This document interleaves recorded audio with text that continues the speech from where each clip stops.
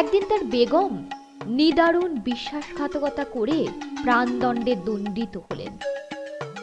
তারপর থেকে দেখা গেল দয়ালু শাহরিয়ার ভীষণ নিষ্ঠুর হয়ে উঠেছেন। তিনি রোজ রাতে একজন সুন্দরী মেয়ে বিয়ে করে সকালবেলা তার গর্দান নিতেন। বেগমরা কেউ বিশ্বাসঘাতক হবার সময়ই পেতেন না। একে একে দেশের সমস্ত সুন্দরী মেয়েরা এক রাতের জন্য রানী হয়ে পরদিন সকালে মারা যেতে লাগলেন। যাদের ঘরে সুন্দরী মেয়ে, তাদের চোখে ঘুম নেই, তারা দেশ ছেড়ে চলে যেতে শুরু করলেন। উজিরের কাজ ছিল রোজ একটি করে সুন্দরী পাত্রী নিয়ে আসা। এদিকে উজিরের ঘরেও দুটি সুন্দরী মেয়ে ছিল। বড়টির নাম শাহরাজাদ। শাহরাজাদ একদিন উজিরকে বলল, বাবা, আজকে আমাকে বাদশাহের সঙ্গে বিয়ে দাও। উজির বলল, কাল সকালে তোর গর্দান নেওয়া হবে, তা তুই জানিস? শাহরাজাদ বলল, আমি এমন একটা ব্যবস্থা করব যাতে আমার কেন, তিনি আর কোনো দিন কারো গর্দান নেবেন না। সেই রাত্রে শাহরাজাদের সঙ্গে বাদশাহের বিয়ে হলো। বিয়ের রাত্রে শাহরাজাদ বাদশাহকে একটি গল্প শোনাতে শুরু করলেন। গল্পটির নাম রঙিন মাছের গল্প। নদীর ধারে থাকতো এক জেলে, তার স্ত্রী, দুই মেয়ে আর এক ছেলেকে নিয়ে। বড় গরিব তারা।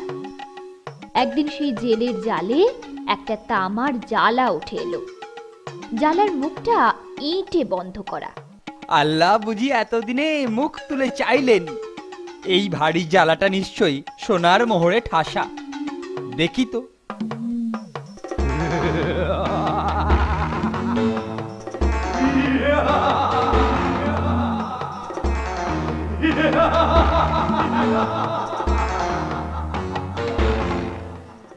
আল্লাহ ছাড়া আমি আর কাউকে মানি না। সুলেমান তার পয়গম্বর, তাকেও মানি। তুমি আর আমায় মেরো না, আমি আর কখনো তোমার অবাধ্য হব না। দৈত্য সম্রাট, আমি সুলেমান নই, একজন সামান্য জেলে। কিন্তু সুলেমান তোমায় জ্বালায় বন্দি করেছিলেন কেন?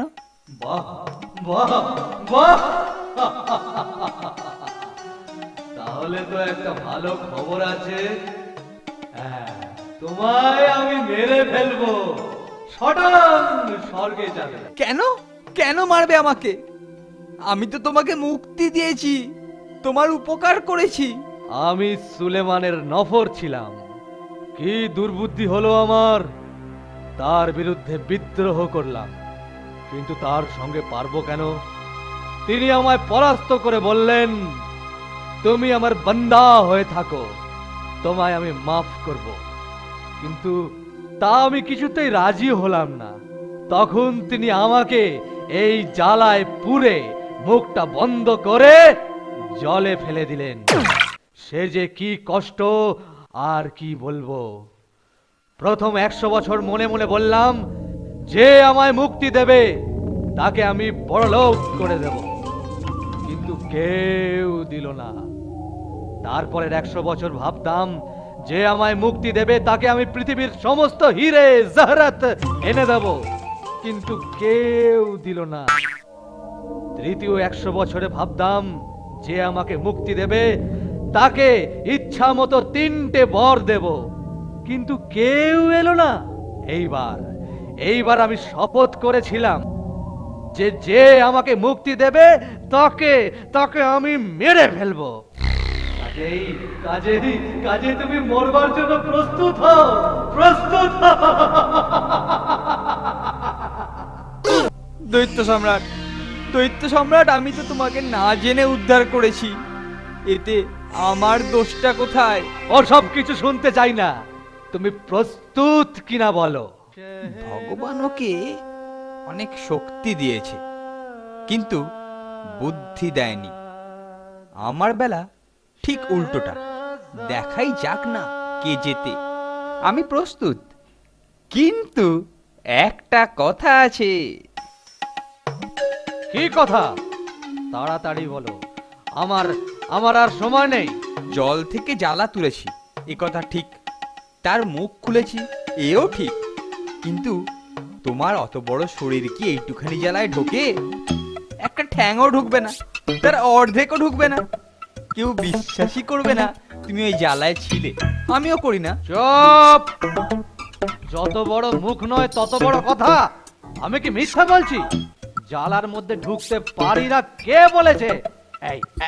এই দেখো পারি কিনা। তুমি আমার উপকার করেছো, আমি কি তোমার ক্ষতি করতে পারি? তোমাকে আমি অনেক ধন দৌলত দেব, তুমি আমায় ছেড়ে দাও, ছেড়ে দাও। সেটি হচ্ছে না। আমি তোমাকে ছাড়ি আর তুমি আমার ঘাড় মটকাও। চালাকির জায়গা পাওনি বাবা। আমি আল্লাহর নামে শপথ করে বলছি, আমি তোমার কোনো ক্ষতি করব না। আচ্ছা ঠিক আছে। এবার এবার তোমার কি হবে? মনে থাকে যেন, মনে থাকে যেন আল্লাহর নামে শপথ করেছো। ওহ, ওহ, এসো আমার সামনে। এইখানে জাল ফেলো।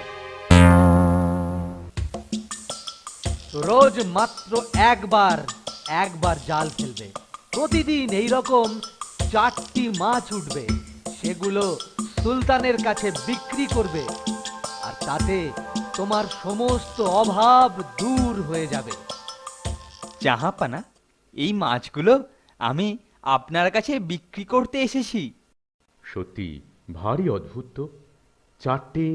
4 রঙের মাছ, লাল, নীল, হলুদ, সবুজ। বাহ! উজির, ওকে 400 দিনার দিয়ে দাও তো।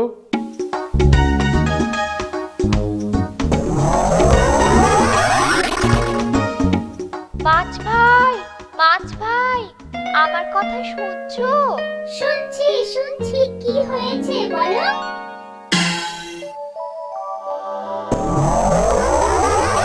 কি হলো? আরে হলোটা কি? আরে কি হয়েছে বলবি তো? দেয়াল ফাঁক করে একটা সুন্দর মেয়ে এসে কড়া শুদ্ধ মাছ উল্টে দিয়ে গেছে হুজুর। মিথ্যে কথা বলার আর জায়গা পাওনি? দেওয়াল ফাঁক করে একটা মেয়ে বেরিয়ে এসেছে? বল বল, সত্যি করে বল, কি হয়েছে? হুজুর সত্যি বলছি হুজুর, আমি সত্যি বলছি। এর থেকে বেশি আমি কিচ্ছু জানি না, আমি কিচ্ছু জানি না। হুম। এই এই কে আছিস? জেলাকে খবর দে আরো 4টে মাছ নিয়ে আসার জন্য।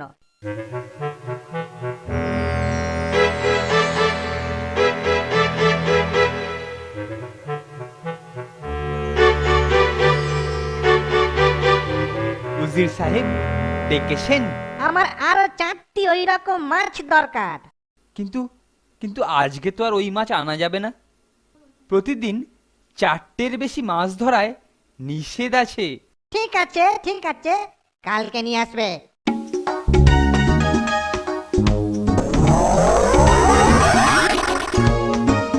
মাছ ভাই, মাছ ভাই, আমার কথা শুনছো? শুনছি শুনছি, কি হয়েছে বলো।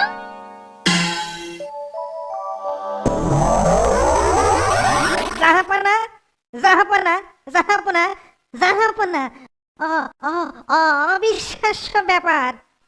সমস্ত মাছ এক জাদুকরি এসে পুড়িয়ে দিয়ে গেছে জাহাপনা। অদ্ভুত, ভারী অদ্ভুত। কাল আবার জেলের কাছ থেকে মাছ আনার ব্যবস্থা করো। আমি নিজের চোখে এই অবিশ্বাস্য ব্যাপার দেখতে চাই। মাছ ভাই, ও মাছ ভাই, শুনতে পাচ্ছ? শুনছি শুনছি, কি হয়েছে বলো। জেলেকে একবার ডাকো তো, এর মধ্যে কোনো রহস্যের ব্যাপার আছে। এই মাছ তুমি কোত্থেকে আনো? পাহাড়ের ওপারে মস্ত বড় হ্রদ আছে, এই মাছগুলো সেখান থেকেই ধরা। আমাকে তুমি সেই জায়গায় নিয়ে যেতে পারবে? নিশ্চয়ই জাহাপানা। আরো রজনী আরব রজনী, আমি ক্লান্ত পথিক, আমায় জল দাও। কেউ আছো? আমাকে একটু জল দেবে? আমি ক্লান্ত পথিক, আমায় একটু জল দেবে?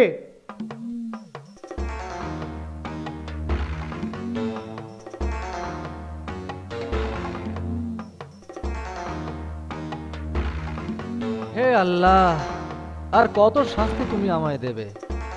কোনোদিন তো কোনো অন্যায় কাজ করিনি, তাহলে কেন কেন আমাদের এই শাস্তি? কে আপনি? আমায় মাফ করবেন, আমি উঠতে পারি না। এই এই দেখুন আমার অবস্থা দেখুন। আমি একজন সুলতানের ছেলে, নিজেও সুলতান। একজন নিষ্ঠুর জাদুকরীর অভিশাপে আমার এই দশা হয়েছে। আর ওই যে মাছগুলো দেখলেন, ওরা সবাই আমার প্রভু ভক্ত প্রজা। একসময় এদিকে এইসব পাহাড় পর্বত দুর্গম বনের জায়গায় চমৎকার ফুল ফল শস্যে ভরা এক রাজ্য ছিল। আমার বাবার মৃত্যুর পরে সুলতান হয়ে আমি একটি সুন্দরী মেয়েকে বিবাহ করলাম। একদিন যখন চোখ বুজে শুয়ে আছি, তখন দুই দাসীর কথা হঠাৎ আমার কানে এলো। হায় হায় হায় হায় হায়, এমন ভালো সুলতানের এমন দুষ্টু ডাইনি বেগম, এ বড়ই দুঃখের কথা রে। তা নয় তো কি, রোজ রাতে খাওয়া দাওয়ার পর শুতে যাওয়ার আগে সুলতানদের শরবত খান, তাতে ঘুমের ওষুধ মেশানো থাকে। আর সুলতান ঘুমোলে বেগম কবরখানায় চলে যান, আর ভোর হওয়ার আগেই ফিরে আসেন। তাহলে তুইও জানিস সব কিছু? হ্যাঁ রে হ্যাঁ, রাজ্য শুদ্ধি সবাই জানে, শুধু আমাদের সুলতানই জানেন না। সেই রাতে আমি যখন বেগমকে জিজ্ঞাসা করলাম, তুমি রাত্রিবেলায় কবরখানায় যাও কেন?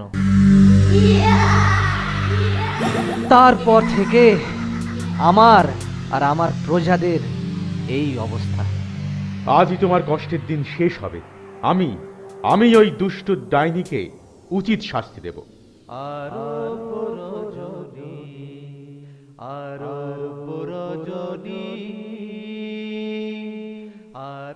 তুমি অতি পাপিষ্ঠা, নিজের স্বামীকে পাথর বানিয়েছো। তোমার কপালে বড়ই দুঃখ আছে। আমাকে মাফ করুন খোদা, তুমি আমাকে যা করতে বলবে তাই আমি করব।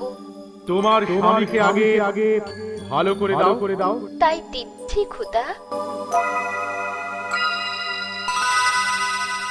এবার শাহজাদা ভালো হয়ে গেছে, আর কি করতে হবে বলো? রঙিন মাছেদেরকে মানুষ করে দাও। ওরা প্রতিদিন আমার কাছে মুক্তি চায়। তাই দিচ্ছি খোদা।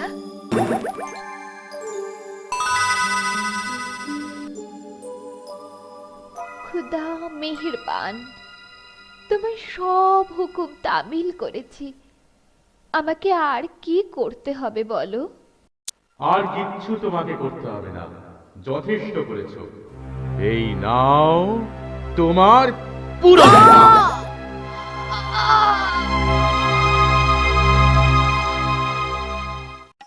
এরপরে দুই সুলতানই জেলেকে অনেক টাকা কড়ি ধনরত্ন দিলেন। তারপর সবাই সুখে শান্তিতে বাস করতে লাগলো।